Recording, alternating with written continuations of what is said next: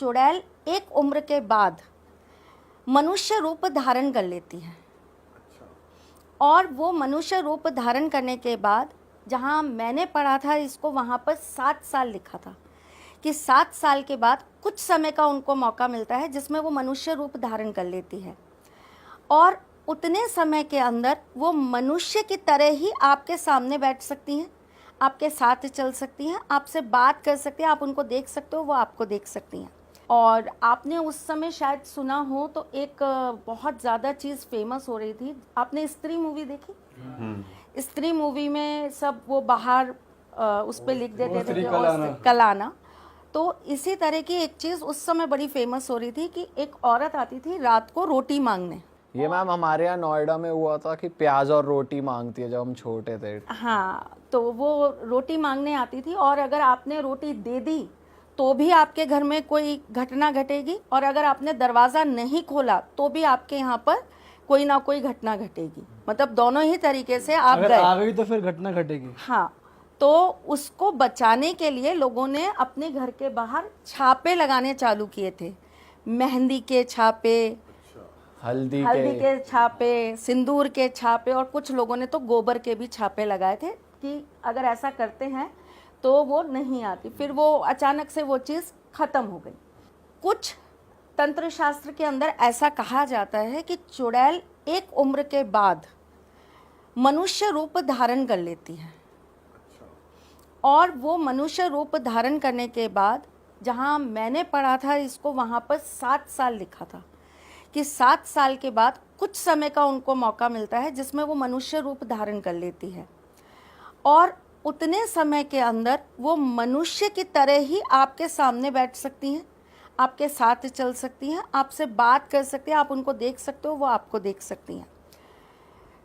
जब ऐसी कोई एंटिटी या ऐसी कोई चीज़ अपने आप को मनुष्य रूप में लाना चालू कर देती है और लोगों को डिफरेंस पता लगना बंद हो जाता है, तब ऐसी घटनाएं सक्रिय हो जाती हैं। कुछ लोगों ने मिथ भी बोला इस बात को, अंधविश्वास भी बोला, कुछ ने बोला कि ये कोई गैंग है वो कर रहा है।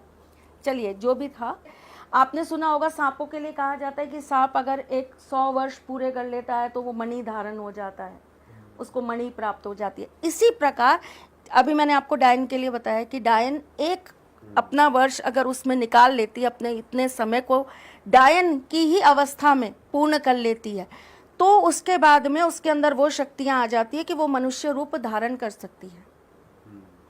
तो वो कितने करोड़ों में से कोई 2, 5, 10 होते होंगे।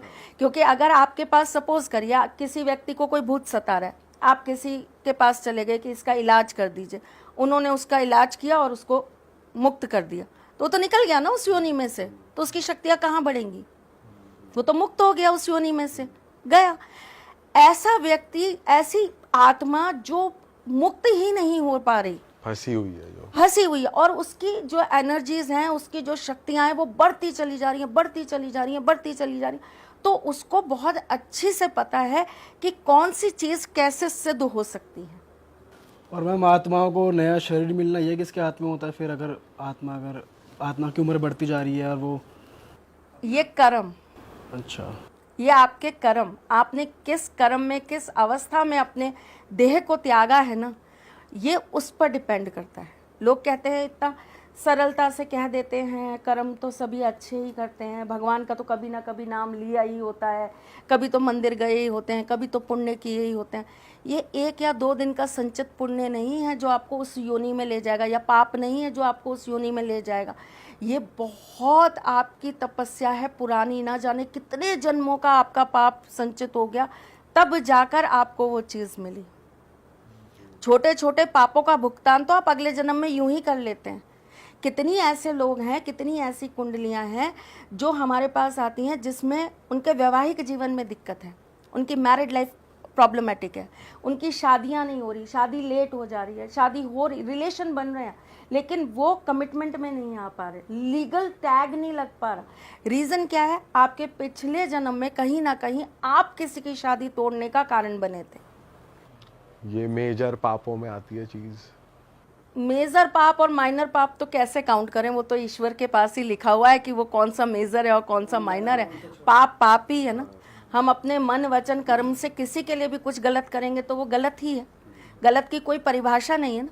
आपने किसी की अच्छी खासी लाइफ में, सपोज करिए 2 जने हैं, उनके बीच अच्छा खासा अफेयर चल रहा है, आप बीच में गए, दोनों के बीच मिसअंडरस्टैंडिंग क्रिएट कर दी, उनका रिलेशन तुड़वा दिया। अब उसमें एक है जो बहुत सीरियस था, बहुत इंटरनली दूसरे से कनेक्टेड था, शिद्दत से प्यार कर रहा था, उसके लिए उसका तो दिल तोड़ना मतलब आपने महापाप ही कर दिया ना। तो पाप की परिभाषा या पाप को तुलना या नापना ये तो कर ही नहीं सकते ना हम लोग। ये तो उस व्यक्ति विशेष के ऊपर डिपेंड करता है कि वो कहाँ किस अवस्था में खड़ा है और हमने उस अवस्था में उसके साथ क्या कर दिया।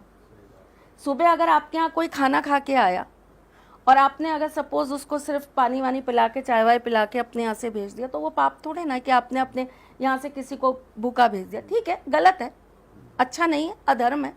आए हुए व्यक्ति को खाना वाना खिला के ही आपको मेहमान को भेजना चाहिए, लेकिन वो पाप नहीं है। लेकिन अगर कोई बहुत महीनों से भूखा है या बहुत दिनों से भूखा है और वो आपके यहाँ आया और आपने उसको खाना नहीं खिलाया, तो ये तो फिर पाप ही है ना। किसी ने आपसे कहा कि मैं भूखा हूँ, मुझे भूख लग रही है, मुझे खाना खिला दीजिए, और फिर भी आप उसको खाना नहीं खिला रहे, तो ये तो पाप ही है ना। तो आप नाप तोल नहीं सकते कि पाप कहाँ बड़ा होगा कहाँ छोटा होगा। वो तो तोलने के लिए वही बैठे हैं, उनकी निगाहें हैं हम पे। और बाकी एस्ट्रोलॉजी के अंदर उन्होंने अपने 2 ग्रह छोड़ रखे हैं ऐसे, जो सारे दिन आप पे दृष्टि रखते हैं कि भाई तुम क्या पुण्य कर रहे हो, क्या पाप कर रहे हो। एक तो हमारे शनि महाराज सबसे पहले वो बैठे बैठे आंकलन करते रहते हैं, आपने क्या पुण्य किया, क्या पाप किया। और दूसरे केतु महाराज वो बैठे बैठे देखते रहते हैं, अच्छा तुम्हारा पाप का घड़ा भरा, लो राहु संभाल लो अब इनको। तो हर तरीके से हमें तो एस्ट्रोलॉजी पता है, तो हम तो एस्ट्रोलॉजी में समझा पाएंगे ना।